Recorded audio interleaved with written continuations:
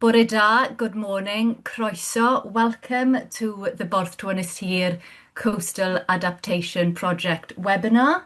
My name is Catherine Thomas. I work for Grasshopper Communications and we have been working in partnership with the project team on this project, providing all communications. My colleague Sam is also in the webinar. He's also been very much involved in the project, and Sam is also providing the technical support here today. So hopefully everything will run nice and smoothly. So we have a bilingual presentation to go through with you today. And different members of the project team will be delivering on this presentation. There will be the opportunity to ask questions, but we kindly ask that you hold your questions to the end of the presentation. But please feel free to pop questions in the chat and any comments you have in the chat as well. Rydw i hefyd yn siarad Cymraeg, felly croeso i chi gofyn cwestiynau yn y Gymraeg, neu os hoffech chi cael unrhyw gwybodaeth yn y Gymraeg, yna plis gofynnwch, rhowch yn y chat, neu gallech chi gofyn hefyd. Felly, dyna ni am nawr, nawn ni ddechrau. We'll start and I will pass over to Jack. And yes, Jack, over to you to start the presentation. Thanks very much, Kath. Bore da pawb. Good morning, everyone. I'm Jack Lewis-Roberts. I'm the project manager for the Borth to Ynyshir Coastal Adaptation project. And thank you very much for taking the time out of your Friday to come and see an introduction to the project and what we're doing to address the problems of flooding in the Borth area and how you might be able to support. So to start, I'll just introduce some of the fellow speakers that we've got today. So if I can have the next slide, please, Sam. From NRW, we've also got on the line Rick Park, who is NRW's Coastal Adaptation Lead and is the technical specialist working on the project. So myself and Rick are here from NRW, and also on the line we've got Katie Simmons, who's leading on our comms work internally. And then next slide, please, Sam. And then also on the line today, we've got Steve Hallows and Alan Haird, who are our partners from Ceredigion and are working with the project team on this. And then from Binnies, we've got Alice Johnson, who's the technical lead, and we'll be covering the flood modelling work that we've done on the project to date. And then we've got Kath and Sam from Grasshopper, who are facilitating the meeting. So that's a bit of an overview of our project partners and who we've got on the line for you today. So next slide, please, Sam. Bit of an overview of what we'll be covering. I'll provide a bit of background to the project and the area and the challenges that we're looking to overcome in the project. I'll pass over to Alice, who will look at the flood modelling outputs that we've got to date, and Rick Park, who will deal with some of the legislative drivers and the project progress. And then lastly, we'll be sort of pulling together the situation with regards to the stakeholder engagement of which this is a part of and how you can support the project going forwards. So next slide, please, Sam, and I'll give a bit of background. So this is a flood risk management funded project, which forms part of NRW's Coastal Adaptation Programme and is looking at the sustainability of the existing flood assets within the low-lying land on the southern side of the Dyfi estuary. So the project area covers everything from Borth in the west to Ynyshir in the east and is bordered by the Dyfi on the northern side and high ground on the southeastern side. There are a number of main rivers that run through the project area, which cause fluvial flood risk issues, the Dyfi, which causes fluvial and tidal flood risk issues, and then obviously we've got the open coast, which has coastal flood risk issues. So all of which will be considered within the project remit.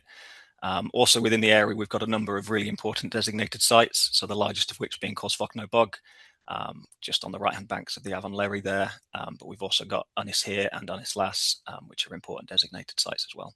And most importantly, within the project area, we've got approximately 1,500 properties and approximately 3,000 residents. And then next slide, please, Sam. Given that the project area is so large, it covers about 35 square kilometres, we've compartmentalised it into the following 4 compartments, each of which have got their own unique constraints and drivers. And we feel that slicing it up like this makes it a much more manageable project to deliver, and we can focus on the uniquenesses of each of these areas and the communities that live within them and give them due course and attention. So essentially the rationale was to portion it between the main rivers that bisect the project area. So compartment A covers Borth and Ynyshir. Compartment B is the area between the Lerry and the Cleta. Compartment C is the Cleta to the Ddu, and lastly, compartment D is the Ddu to the Einion. So yes, and then next slide, please, Sam.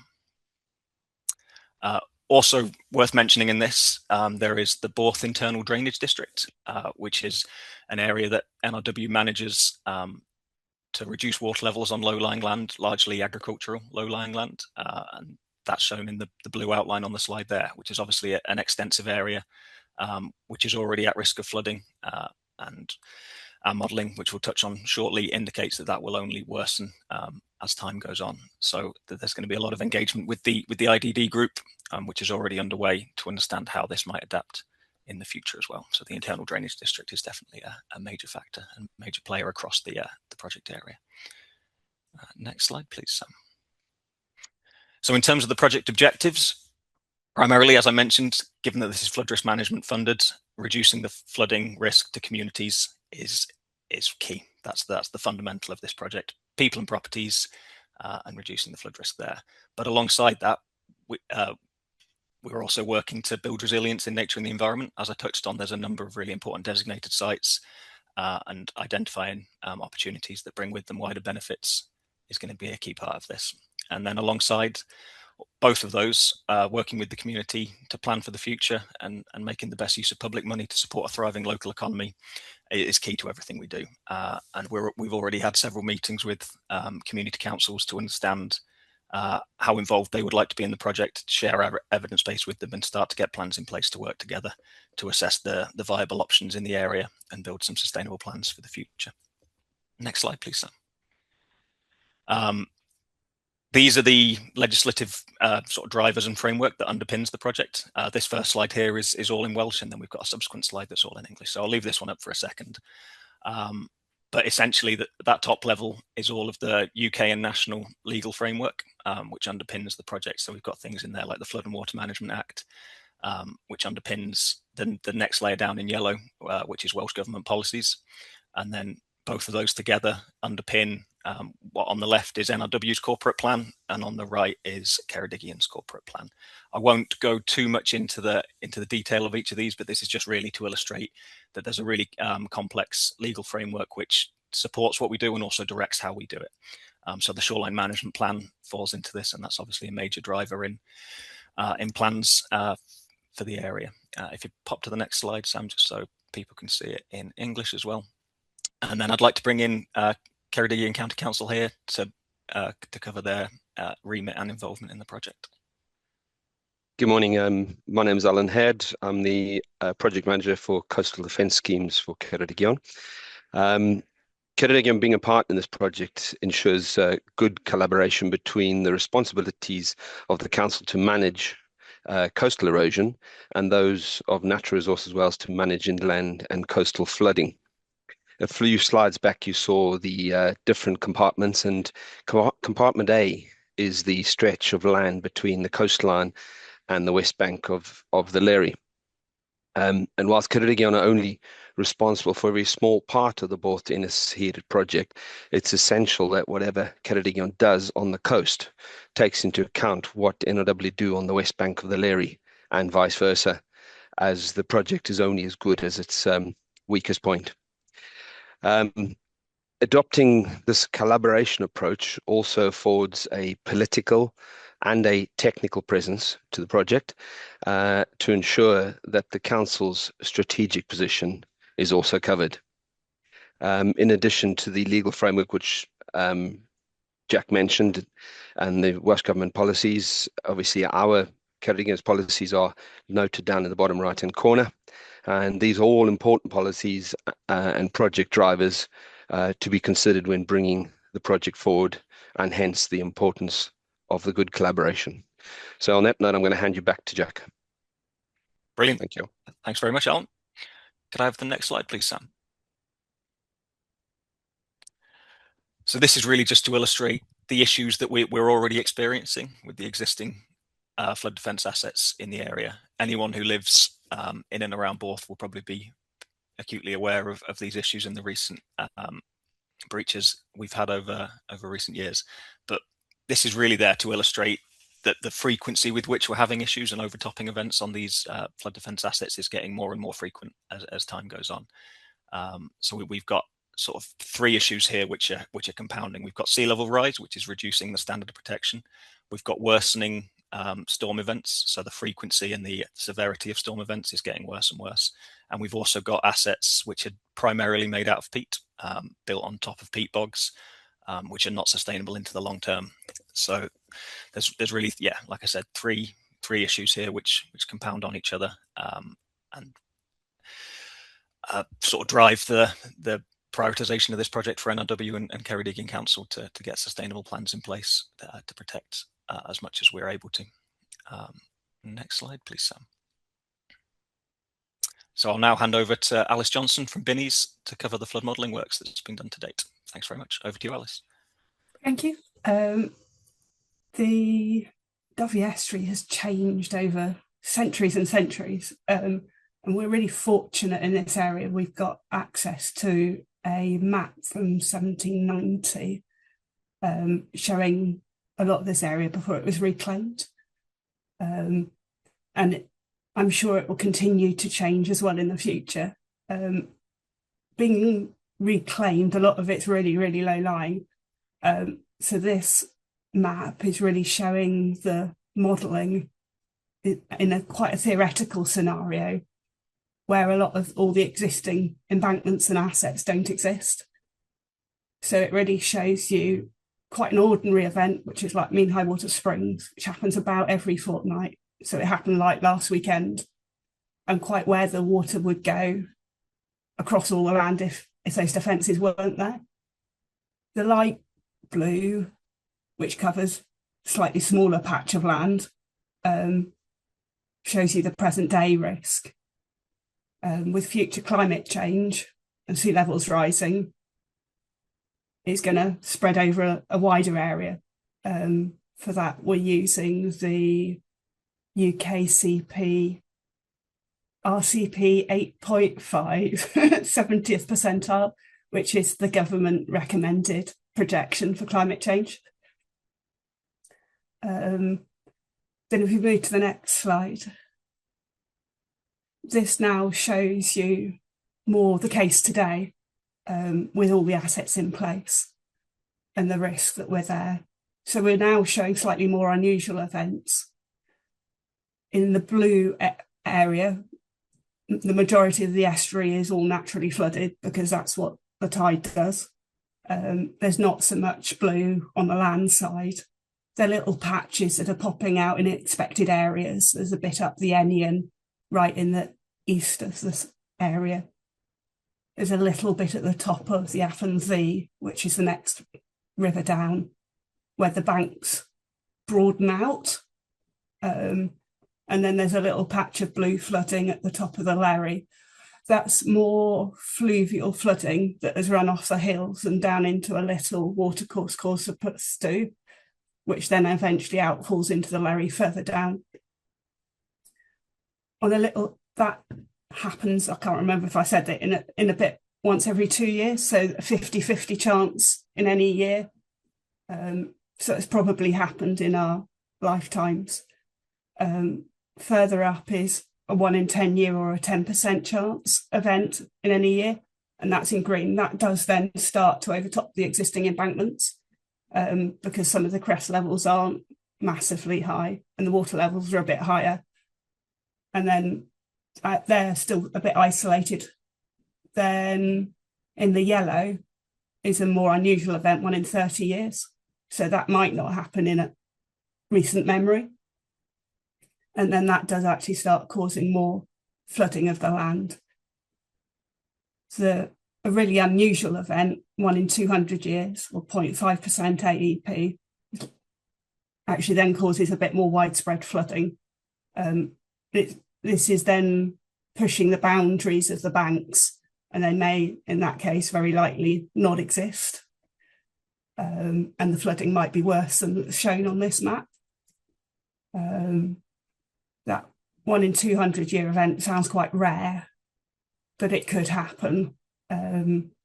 I think some people might remember an event in 2012, which was actually a really rare event on the Larry, where there was a thunderstorm up in the hills. I think that was about 1 in 400 year event. It's really unlucky, but it can happen. The next slide is a very similar scenario, but in 100 years' time, a lot of the embankments are unlikely to exist in the way we know them now.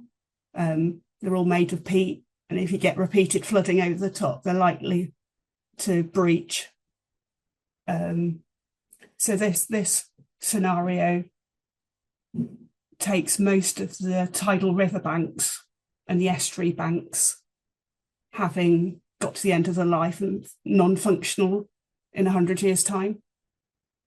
In addition, you've got the extra about metre of sea level rise, and therefore the extent of that inundation and flooding is much more widespread. And because the area is so flat, there's less difference between the more ordinary events, like 1 in 2 years in blue, and the 1 in 200 years in orange, which is quite a stark future to try and manage. I think I'm now handing back on to Jack. I think it's over to Rick, actually. Sorry, yeah, Rick. Sorry. Over to you, Rick. So, thank you, Alice and Jack. So the shoreline management plans, they're strategic, long-term, when I say long, 100-year perspective from 2005, in fact, for the purpose of strategic management, coastal risks, those coastal risks, as Alice has already pointed out, combination of coastal erosion, which is predominantly managed by Ceredigion Council, flood risk. That flood risk, because it's a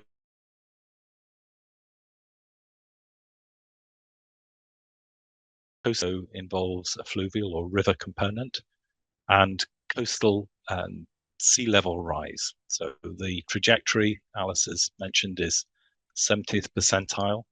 Under Welsh Government guidance, we also use a sensitivity assessment, which also looks at slightly more extreme 95 percentile. So all of our assessments look at a range of risks. So the ultimate purpose of these shoreline strategic frameworks is to guide sustainable flood risk management and erosion risk management decisions. So that relates in this particular area to 5 shoreline management plan policy areas that you can see in the table there. And this particular picture that you're looking at is the current state of play, which goes on to the second epoch, which we lie in right now. And it reflects a hold the line policy that spans over much of the estuary and also the Avon Lerry and the lower section of Borth, but doesn't include Ynys and the midsection of Borth, which is now in the midsection managed realignment in orange, and in the Ynys no active intervention. If you'd gone back to the beginning of the millennium, we would have had hold the line pretty much everywhere. And I think this is beginning to show the transition that reflects the flood risk in this particular low-lying area.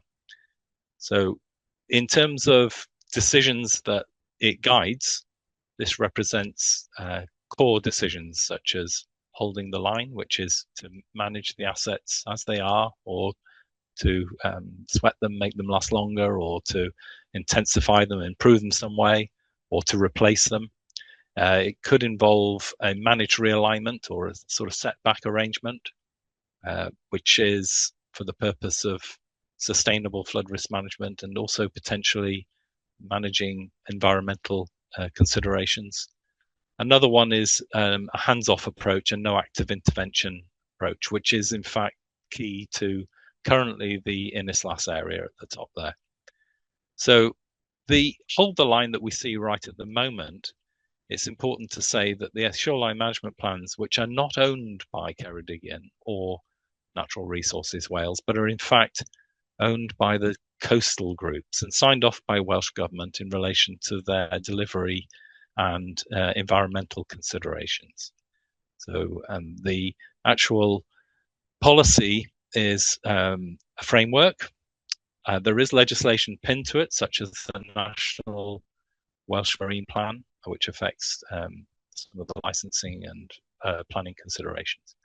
So it isn't a given. And it's important just to say right now that the sort of efficacy of the picture that you're looking at right now is dependent on evidence and data, particularly in the respect to the fragility of the current assets that we have in this area. And that is what this project is focusing on. If you like, it's testing the validity of the framework and challenging it where appropriate. So if I could move on to the next slide, please, Sam. Now we're moving into what they call the third epoch, which runs from 2055 to 2105. This picture is very much reflecting what Alice showed in her last slide, which is a transition of a higher frequency of flooding and flood risk in the area. And in a nutshell, it moves the majority of the coastal floodplain into a managed realignment scenario. So the point at which those realignments and coastal management decisions are made is now, and that is what this project is considering. So in essence, that is again not a given, and this particular project has a mandate from Welsh Government that relates to the national strategy. And the national strategy puts communities at risk right at the top of its agenda, and also the other factors that Jack alluded to, such as the natural environment, cost benefits and the like. So in essence, our priority is to provide the very best balance in relation to maximising protection to the community at risk for Borth in particular, but also some of the outlying properties and communities in this area, and balancing the environmental and socio-economic factors, which underpins the whole basis of what SMPs, shoreline management plans, are all about. It's that balance. And in essence, then, we're looking at options which could perhaps challenge the picture that you're looking at now in relation to potentially protecting or even holding the line in some of these areas to protect communities at risk.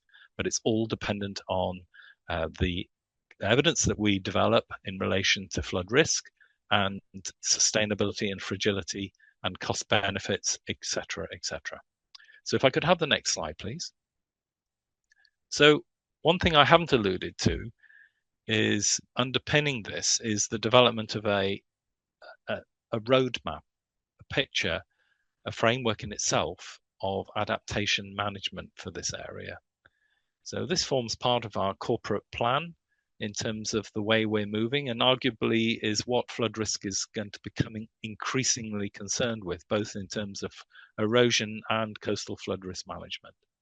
So it's using evidence to understand thresholds. So to use an example, if we have an asset which has what they call a residual life, that's a lifetime of a particular time in the future where that asset could not be upheld or sweated, made to last any longer, we could consider that threshold to be prior to that critical point. The point at which the asset is no longer viable because of its current design, its current condition, or indeed its cost benefit for maintenance would be the trigger. So that's the critical point. The threshold would be prior to that, arguably, say, 10 years.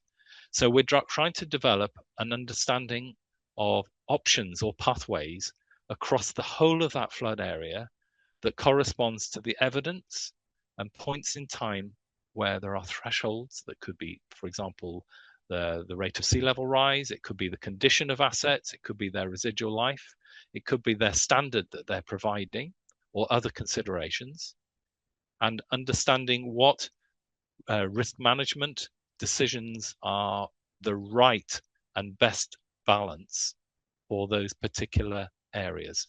Those areas may be the coastal front for Borth, predominantly coastal erosion risk with some flood. It could be the left bank of the Lerry, it could be the right bank of the Lerry, the left bank of the Clutter, etc., etc. So the actual adaptation plan will go into that level of detail and will involve risk management ownership.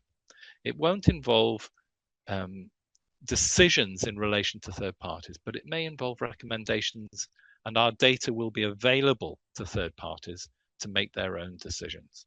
It also won't answer all of the questions in relation to distribution networks, roads, rail, and other considerations such as public rights of way or heritage issues, etc. So there are limits to this, and just to highlight what Jack said, the focus is community at risk and also environmental considerations and consultation. These are the primary considerations for this project. Next slide, please. So ultimately then, considering that this is a project with a start and a finish, although it does have a finish, we are expecting involvement in the long term. But then in terms of the assessment process, there is a start and a finish. And effectively, we've gone a long way already in developing the baseline understanding of evidence, which has been underpinned by detailed modelling that involves particularly coastal considerations and fluvial considerations, and some evaluation of the impact of sea level rise and coastal erosion, of course, in that equation. It has led us already to an understanding of some potential long lists, which we're then going to be bringing along with the challenges that we face to the public and to the stakeholders, and getting their understanding up to speed, and also gradually introducing the options that are available to us, refining that list in consultation, developing a short list. That short list will then lead ultimately to the leading options. And I emphasize again that they relate specifically to risk management authorities, Ceredigion Council and ourselves, in what we can manage, and ultimately to an adaptation plan. Thank you very much then. I think I'm handing back to you now, Jack, am I? Fantastic. Thank you, Rick. Great. So just in terms of the ongoing stakeholder engagement and what we've got planned in the near future, our project website was launched back in January. So that can be found online from NRW's website or on the QR codes that you'll see on some other project marketing material. We've already started stakeholder engagement sessions with 2 of the 4 community councils in the project area, and we'll be following up with the other 2 in March. The newsletter for the project, the first edition of the newsletter, was sent out to all residents within the project area this week and should have arrived on Thursday or will be arriving later today. Ultimately, this is all culminating in a public drop-in event on Saturday, the 21st of February, which I'd encourage you all to attend if you're interested, or to encourage some of your constituents to do so. So that'll be an opportunity to learn more about the project, get more of the background and that baseline evidence that we've been gathering over the last year or so, and ask any questions. And really, we're keen to give the community an opportunity to feedback on how future engagement is done, how their opinions are sort of played into the project process, and really give them that opportunity to drive it forward and to have their hand on the wheel. This is something that we can't do to the community or even for the community. We really need to do this with the community. So we're really keen to get their input and steer on how that is done. So this is all very much engagement stage. We're not consulting on any options yet. This is to make sure that all stakeholders and members of the public are on an even footing with regards to understanding the challenges of the project and the potential ways that we might look to address some of those challenges. And then in the summer of this year, we'll be sharing our long list options, which set out all feasible interventions that might address some of those project concerns. And through feedback from the community and stakeholders and our own economics assessments, we'll whittle that down to a refined long list and ultimately a short list, as Rick alluded to before. But at each stage, sitting down with the community and stakeholders to understand their priorities and concerns and what they need. And then next slide, please, Sam. So in terms of what you can do to help, really just encouraging local communities and stakeholders to take part. We've got some posters which we can share advertising the drop-in event, which will be happening in Borth Community Hall on Saturday the 21st of February. So attending that and encouraging attendance to that would be key, and then supporting the team, so NRW and Ceredigion, in understanding the problems around the area and feeding in any experiences from yourself or members of your community might have, and then ultimately driving collaboration between NRW and Ceredigion and wider public bodies. It's fantastic that we're in a position now with Ceredigion where we're working together so closely on this, but we also need to bring with us the likes of Network Rail, Scottish Power, Welsh Water, to make sure that sort of wider infrastructure challenges of the project area are all considered at the same time. So as Rick alluded to, we're more than happy to share the evidence base that we've gathered with any interested parties to help them make their sort of long-term adaptation decisions on the same footing. And then next slide, please, Sam. This is just a snapshot of the invitation to the community drop-in event that I mentioned previously. So we'll be sharing this with yourselves following the meeting, along with a briefing note that summarizes everything we've touched on today during the presentation. And just to say, yeah, if you're interested, it would be great to see as many of you as possible at that drop-in event, and encourage as many people as you can to come out and see what we're doing and have your say in what comes down the line.